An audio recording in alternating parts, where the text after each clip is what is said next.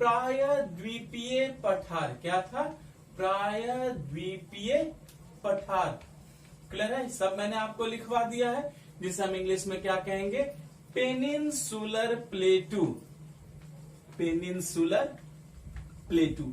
और याद रखिए ये बहुत इंपॉर्टेंट चैप्टर है, यहां से एक क्वेश्चन फिक्स है। तो हम क्या करेंगे बच्चे, इसे पूरी ग्राफिंग के थ्रू पढ़ते चलेंगे, ताकि हमारा कोई भी क्वेश्चन जो हमारे क्लास नोट से बाहर नहीं जाए। तो हमारा अगला चैप्टर क्या है? और देखिए मैंने यहाँ स्टार मार्क लगा दिया, क्योंकि यहाँ से प्रश्न आते हैं और क्वेश्चन बहुत कंफ्यूज करते हैं। लेकिन एक अच्छी ग्राफिंग से हम चलेंगे तो मुझे नहीं लगता कि आपका कोई भी प्रश्न जो है आपको क्या करेगा, डिस्टर्ब करेगा। तो चलिए हम अपने अगले चैप्टर की ओर चलते हैं, और हमारा अगले चैप्टर का नाम है प्रायद्वीपीय पठार। पूरी बात समझ में आ गई सभी बच्चों को? तो हमारा नेक्स्ट चैप्टर है प्रायद्वीपीय पठार।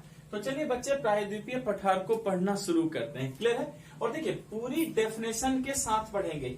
एक चीज याद रखिएगा कि मैं आपको जो इंट्रोडक्शन में बताऊंगा, जो भी मैं इसका इंट्रो परिचय बताऊंगा, उसे अच्छे से कवर रखिएगा। आप परिचय से ही क्वेश्चन बनाएंगे, भूलेंगे नहीं बच्चे। आप किससे क्वेश्चन बनाएंगे? आप इंट्रोडक्शन से ही क्वेश्चन बना लेंगे। हम इस वैज्ञानिक तरीके से उसे पढ़ेंगे। क्लियर है? तो चलिए सबसे पहले प्रायद्वीपीय पठार के बारे में जानिए कि ये क्या है। तो याद रखना है बच्चे कि सबसे पहले याद रखेंगे कि जो प्रायद्वीपीय पठार है यह भारत का सबसे बड़ा खंड है, यानी फिजिकल डिवीजन है, भौतिक विभाग है। क्लियर हो गया? यह भारत का सबसे बड़ा भौतिक विभाग है। यह भारत का क्या है बच्चे? सबसे बड़ा भौतिक विभाग है। भूलेंगे नहीं कि यही जो प्रायद्वीपीय पठार है वो हमारे देश का सबसे बड़ा फिजिकल डिवीजन है, सबसे बड़ा भौतिक विभाग है। उसके बाद याद रखना है कि यह स्थायी खंड है। ये क्या है बच्चे?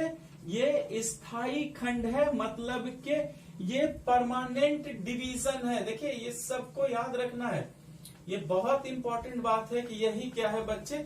तो ये हमारे भारत का एक तो सबसे बड़ा क्या है, ये फिजिकल डिवीजन है। क्या है बच्चे? सबसे बड़ा। देख रहे हैं? सबसे बड़ा भौतिक विभाग है। और फिर मैंने क्या कहा? ये स्थायी खंड है, मतलब परमानेंट डिवीजन है। परमानेंट डिवीजन, स्थायी खंड कहने का मतलब है ये बना नहीं, ये था। समझ में आए बच्चे? ये बना नहीं, क्योंकि टेथिस सागर के नीचे जो भारत था वो दक्षिण भारत, साउथ इंडिया ही तो था। यानी साउथ इंडिया बना नहीं है, वो था। और जब वो था इसका मतलब वो सबसे पुराना है। तो फिर तुरंत बच्चे याद रखना है आपको कि यह भारत का प्राचीनतम खंड है। देखिए अपने आप कॉन्सेप्ट जुड़ेगा। यह भारत का क्या है बच्चे? सबसे प्राचीन, यानी सबसे पुराना। यह भारत का सबसे प्राचीन खंड है। पूरी बात समझ में आ गई? तो यही बच्चे याद रखना है आपको कि एक तो ये सबसे भारत का सबसे बड़ा फिजिकल डिवीजन है, यह भारत का स्थायी खंड है, और फिर ये क्या है? भारत का सबसे प्राचीन खंड है। यानी कि जब पृथ्वी का निर्माण हुआ था तो ये उसी समय था। तो मैंने आपको क्या सिखाया था बच्चे कि टेथिस सागर के ऊपर अंगारा लैंड है और टेथिस सागर के नीचे क्या था? गोंडवाना लैंड। तो जब ये टेथिस सागर के नीचे था और ये उस समय भी था, इसका मतलब ये गोंडवाना लैंड का भाग है।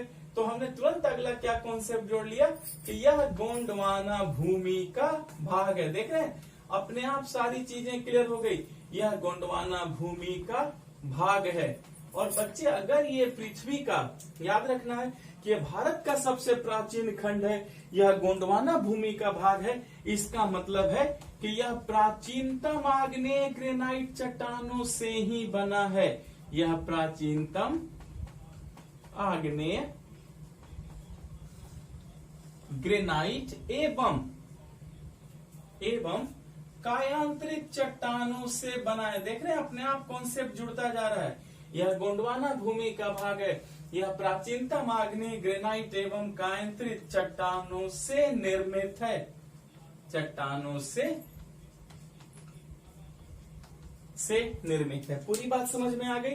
तो भूलना नहीं है बच्चे, ये बहुत इंपॉर्टेंट बात है कि यह गोंडवाना भूमि का भाग है और यह प्राचीनतम आग्नेय ग्रेनाइट एवं कायांतरित चट्टानों से बना है। इसका मतलब क्या हो गया कि यह किस काल का है बच्चे? तो हम कह सकते हैं यह प्री कैम्ब्रियम, यह प्रीकैम्ब्रियम या आर्कियन या धारवार काल का है। पूरी बात समझ में आ गई? मैंने आपको चट्टान चैप्टर में सब पढ़ाया है, काल या चट्टान का है। देख रहे हैं, सारा कॉन्सेप्ट यहाँ पर आकर के जुड़ जा रहा है, क्योंकि गोंडवाना भूमि का भाग है, सबसे प्राचीनतम खंड है। तो इसका मतलब है बच्चे, ये प्री कैम्ब्रियम आर्कियन या धारवार काल में ही बना है, और उसी काल के नाम पर मैंने इस चट्टान का नाम भी क्या रख दिया, प्री कैम्ब्रियन आर्कियन या धारवार चट्टान रख दिया। आपको पूरी बात समझ में आ गई? चलिए, एक एक चीज को, एकदम कॉन्सेप्ट को क्लियर करते हुए चलना है कि यह प्री कैम्ब्रियन आर्कियन और धारवार काल का है, और उसी चट्टान से क्या है बच्चे, यह निर्मित है, यानी ये करोड़ों अरबों वर्ष पुराना है बच्चे। तो क्या इसका स्ट्रक्चर सिंपल होगा या कॉम्प्लेक्स, जटिल होगा? जाहिर सी बात है। तो तुरंत हमने क्या जोड़ा, यह जटिल संरचना है। यह क्या है बच्चे, यह जटिल संरचना है। जटिल संरचना कहने का मतलब है कि बहुत ही कॉम्प्लेक्स स्ट्रक्चर है, यह जटिल संरचना है। देखिए, अपने आप चीजों को जोड़ते चलिए, कुछ भी नहीं रखना आपको। यह जटिल संरचना है, एक कॉम्प्लेक्स स्ट्रक्चर है, क्योंकि ये बहुत ही पुराना क्या है, खंड है। तो जरा सोचिए कि अगर करोड़ों अरबों वर्ष पुराना है, तो क्या इस पे एक्सटर्नल फोर्स, बाह्य बलों ने काम किया होगा? देखिए, मैंने आपको पूरा एक्सटर्नल फोर्स, बाह्य बल भी पढ़ाया है। अपक्षय, वेदरिंग, अपर्दन, इरोजन, डेपोजिशन, निक्षेपण, ये सारा पढ़ाया है। तो सभी बच्चे याद रखना है कि करोड़ों वर्ष के होने के कारण, ठीक है, याद रखिए। देखिए, यहाँ पर हम चीजों को जोड़ रहे हैं कि करोड़ों वर्ष पुराने होने के कारण, करोड़ों वर्ष पुराने होने के कारण, पुराने होने के कारण बाह्य बलों के प्रभाव में, मैंने आपको पूरा बाह्य बल पढ़ाया है, जिसे हम क्या कहते हैं, एक्सटर्नल फोर्स। क्या कहते हैं बच्चे, एक्सटर्नल फोर्स। तो याद रखना है कि करोड़ों वर्ष पुराने होने के कारण बाह्य बलों के प्रभाव में, बाह्य बलों के प्रभाव में, बाह्य बलों के प्रभाव में यह कट छट कर, यह कट छट कर अवशिष्ट पहाड़ियों में, अवशिष्ट, अवशिष्ट का मतलब क्या होता है, बचा कुचा, जो बचा कुचा है, कचरा है बच्चे। क्लियर हो गया? कट छट कर अवशिष्ट, अवशिष्ट को ही हम क्या कहते हैं, हम रेसिड्यूरी कहते हैं, या हम उसी को रेलिक्ट भी कहते हैं। क्लियर हो गया? तो याद रखना है कि करोड़ों वर्ष पुराने होने के कारण बाह्य बलों के प्रभाव में यह कट छट कर अवशिष्ट पहाड़ियों में बदल गया है, अवशिष्ट पहाड़ियों में बदल गया है, अवशिष्ट पहाड़ियों में बदल गया है। पूरी बात समझ में आ गई? ये सारी बातें याद रखना है बच्चे, एक भी प्रश्न आपके डिस्टर्ब नहीं होंगे। क्लियर है? तो फिर हमने क्या देखा, करोड़ों वर्ष पुराने होने के कारण बाह्य बल, एक्सटर्नल फोर्स के इफेक्ट में आज ये कट छट कर किस में बदल गया है, अवशिष्ट पहाड़ियों में ये बच्चे बदल चुका है। क्लियर हो गया? तो इस बात को नहीं भूलेंगे, ये सारे इंपॉर्टेंट है, और यहीं से आपके क्वेश्चन बन जाएंगे, यहीं पर आपको क्या मिलेंगे, कॉन्सेप्ट मिलने लगेंगे। चलिए, ठीक है। अच्छा, अब ये अवशिष्ट है, तो जरा देखें इसकी औसत ऊंचाई अब कितनी रह गई है। तो याद रखना है कि इसकी औसत ऊंचाई, इसकी औसत ऊंचाई 600 मीटर से 900 मीटर है। क्लियर हो चुका है? तो देख सकते हैं कि बच्चे ऊंचाई भी इसकी कितनी कम हो गई है कि घट करके इसकी ऊंचाई क्या हो गई है, आप हम कह सकते हैं कि 600 से 900 मीटर के बीच है। क्लियर हो चुका है?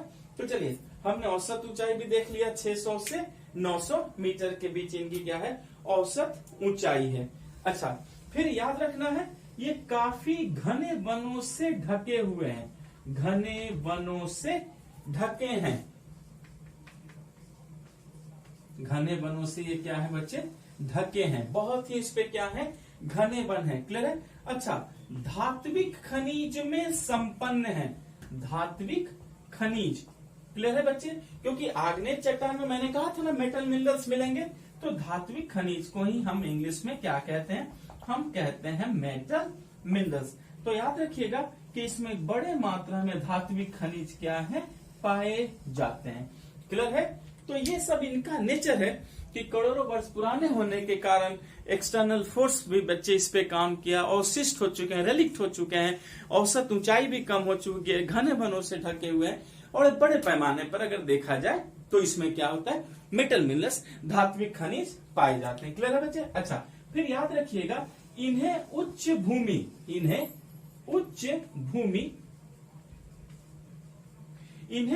भूमि या टेबल लैंड भी कहते हैं बच्चे। ये सब इसका नाम है, इसे उच्च भूमि या टेबल लैंड भी कहते हैं। अगर कभी ऐसा क्वेश्चन आ जाए बच्चे, इसमें उच्च भूमि, हाई लैंड, याद रखिएगा उच्च भूमि को इंग्लिश में क्या कहते हैं, हाई लैंड। तो बच्चे अगर हाई लैंड की बात करें या टेबल लैंड की बात करें तो भूलेंगे नहीं, वो प्लेटू को कहा जाता है, पठारों को कहा जाता है। क्लियर हो चुका है। चलिए, तो हमने देखा घने वनों से क्या है, ढके हैं, धात्विक खनिज में बहुत संपन्न है, इन्हें उच्च भूमि या टेबल लैंड भी कहते हैं। ठीक है। अच्छा, फिर याद रखेंगे कि इनका शीर्ष जो होता है बच्चे, वो टेबल की तरह सपाट होता है। क्लियर हो गया। इसीलिए हम इन्हें क्या कहते हैं, टेबल लैंड भी कहते हैं। और देख सकते हैं ऊंचाई भी कम है, पर्वत या पहाड़ की ऊंचाई तो बहुत ऊपर होती है, तो ऊंचाई कम होने से ये एक ऊंची भूमि या टेबल लैंड की तरह क्या होंगे, नजर आएंगे, क्योंकि इनका जो शीर्ष होता है वो सपाट एक टेबल की तरह होता है। क्लियर है। हम ये भी लिख सकते हैं बच्चे कि इनका जो शीर्ष है, मतलब जो इनका सिर है, इनका जो हेड है, इनका शीर्ष लगभग क्या है बच्चे, सपाट है। इनका शीर्ष भी क्या हो जाता है, लगभग सपाट हो जाता है, टेबल की तरह हो जाता है, इसीलिए हम इसे टेबल लैंड भी कहते हैं। क्लियर है। तो हम यहाँ लिख भी सकते हैं बच्चे लाइक अ टेबल। आप यहाँ ये भी समझ सकते हैं लाइक अ टेबल, एक टेबल की तरह होते हैं। क्लियर हो चुका। इसीलिए इसे टेबल लैंड भी कहा गया है, उच्च भूमि भी कहा गया है। यहाँ आपको समझ में आ गया। मैं मिटाऊ इससे, फिर हम आगे बढ़ते हैं। ओके।